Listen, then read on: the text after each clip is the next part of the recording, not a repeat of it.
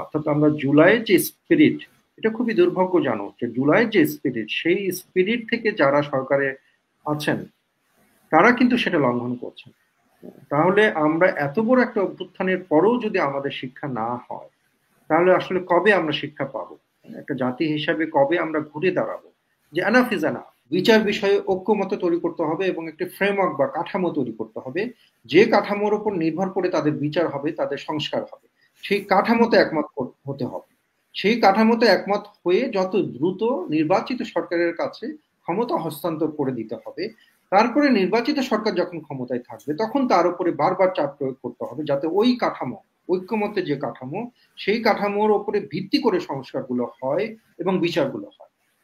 কিন্তু আমরা কিন্তু বাস্তবে সেটা দেখিনি। আর তো শুধুমাত্র পিএসরাই সবাই খারাপ এবং কোনো উপদেষ্টা খারাপ না, এইটা তো মানুষ বিশ্বাস করবে না।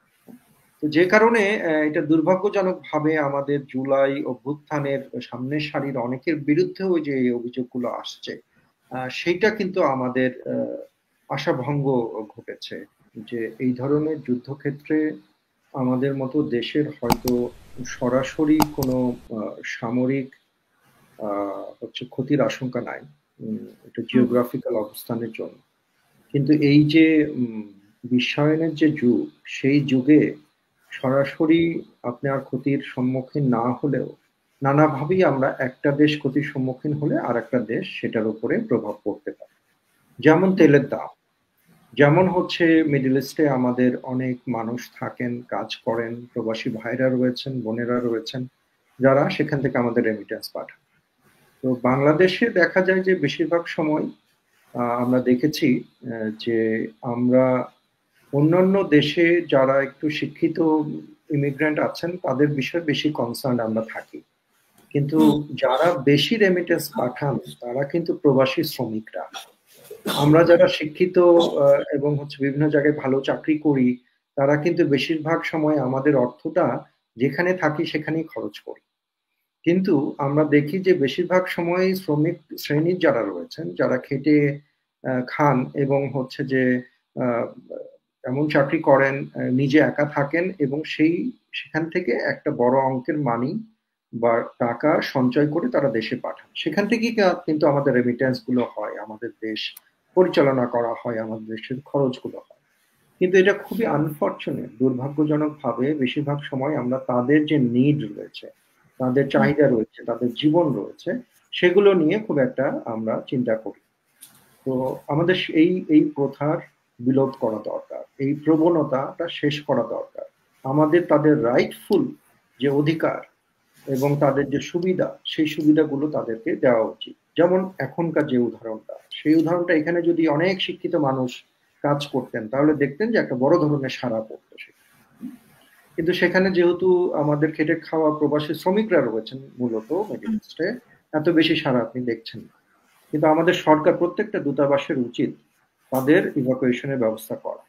ইরানে অবশ্যই আগে অনেকে ডাক্তার যেতেন, এখনো অনেক শিক্ষিত মানুষ সেখানে আছেন, তাদেরকেও হচ্ছে যে যে কোনো ভাবে ইভাকুয়েট করা, সেটার ব্যবস্থা কিন্তু সরকারের নেওয়া উচিত বলে আমি এবং মনে করি। সরকারেরও এবং প্রকাশ করা সেই উচিত সাথে হচ্ছে যে আমাদের যে সিভিল সোসাইটি রয়েছে, আমাদের সাংবাদিকরা রয়েছে, তাদেরও কিন্তু এই জোর দাবিটা তোলা উচিত। কারণ বেশিরভাগ সময় দেখা যায় যে ওই এই এই এই ধরনের ডোমেস্টিক একটা হচ্ছে আলোচনা শুরু হলে তখন সেটার একটা ইম্প্যাক্ট পড়ে সরকারের হচ্ছে ফরেন পলিসিতে। অথবা এটা আমাদেরও দায়িত্ব রয়েছে যে এটা এটা করা উচিত। এখন আরো কয়েকটা বিষয় একটু আমাদের দেখা উচিত। সেটা হচ্ছে যে কন্টিনজেন্সি যে প্ল্যানের কথা মেজর জেনারেল মনির সাহেবও বললেন, যে তেলের দাম বাড়লে আসলে আমরা কি করব, আমাদের কতটুকু রিজার্ভ রয়েছে এবং সেই রিজার্ভ, সেই ইকোনমি তে যদি ধস নামে সেটা সামলানোর ক্ষমতা আমাদের কতটুকু রয়েছে। এখন আমরা 5ই আগস্টের পরে আশা করেছিলাম যে আমাদের সব লুণ্ঠন করা টাকাগুলো ফেরত আসবে। আমরা আশা করেছিলাম যারা লুটেরা, যারা গণহত্যাকারী, তাদের বিচার হবে।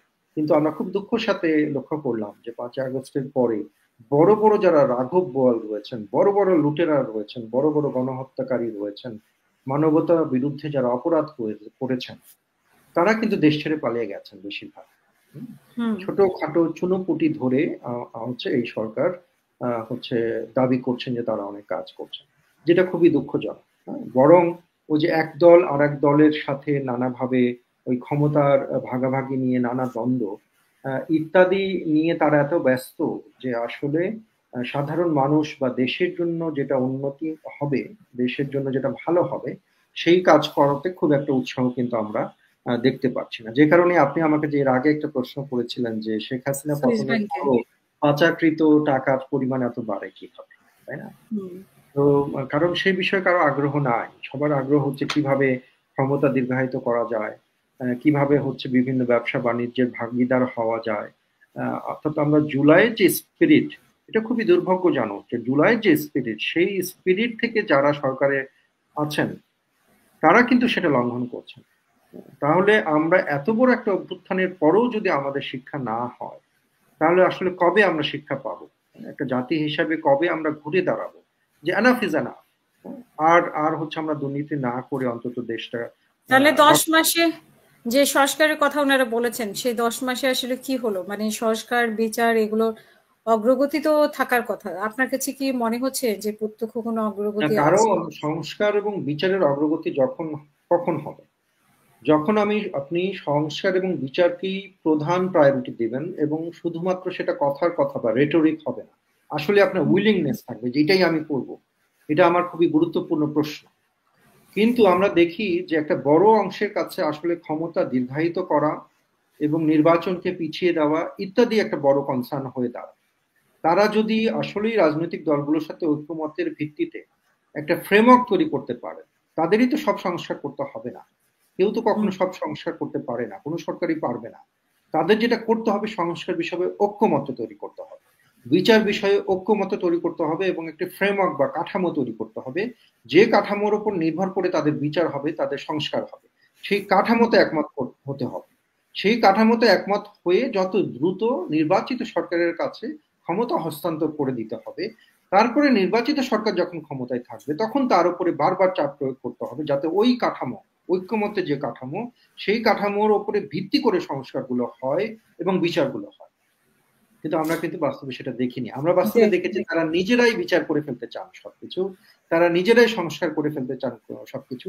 এই কারণে তারা আসলে কোনো কিছুই করতে পারছেন না এখন পর্যন্ত। কারণ এটা কোনো তরিকা না, এটা কোনো রাস্তা না। কারণ সংস্কার একটা দীর্ঘমেয়াদী প্রক্রিয়া, বিচারও একটা দীর্ঘমেয়াদী প্রক্রিয়া যদি আপনি এটা সঠিকভাবে বিচারটা করতে চান। এই কারণে আপনার ফোকাস কোন দিকে সেটা নিয়ে কিন্তু আপনাকে নিশ্চিত হতে হবে। এবং ওই ওই কোনো একটা ব্যান্ডেড দিয়ে তো আপনি ক্যান্সারের চিকিৎসা করতে পারবেন না, এটা কখনো সম্ভব না।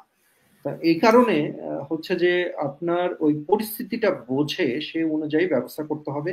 আর যদি সবচেয়ে বড় কথা হচ্ছে যে যদি আপনি দুর্নীতিতে নিমজ্জিত হয়ে যান, যদি আপনার পিএস এর হাজার কোটি টাকার দুর্নীতির অভিযোগ উঠে, তাহলে আপনি যে সেই দুর্নীতি থেকে কালিমা মুক্ত সেটা কিভাবে আমরা বলবো, তাই না? তো শুধুমাত্র পিএস রাই সবাই খারাপ এবং কোনো উপদেষ্টা খারাপ না, এইটা তো মানুষ বিশ্বাস করবে না। তো যে কারণে এটা দুর্ভাগ্যজনক ভাবে আমাদের জুলাই অভ্যুত্থানের সামনের সারির অনেকের বিরুদ্ধেও যে এই অভিযোগগুলো আসছে, সেইটা কিন্তু আমাদের আশাভঙ্গ ঘটেছে। অনেক নেতার সম্পর্কে, অনেক হচ্ছে মানে শিক্ষার্থী নেতার সম্পর্কে, এবং এই অন্তর্বর্তী সরকারের অনেক উপদেষ্টা সম্পর্কে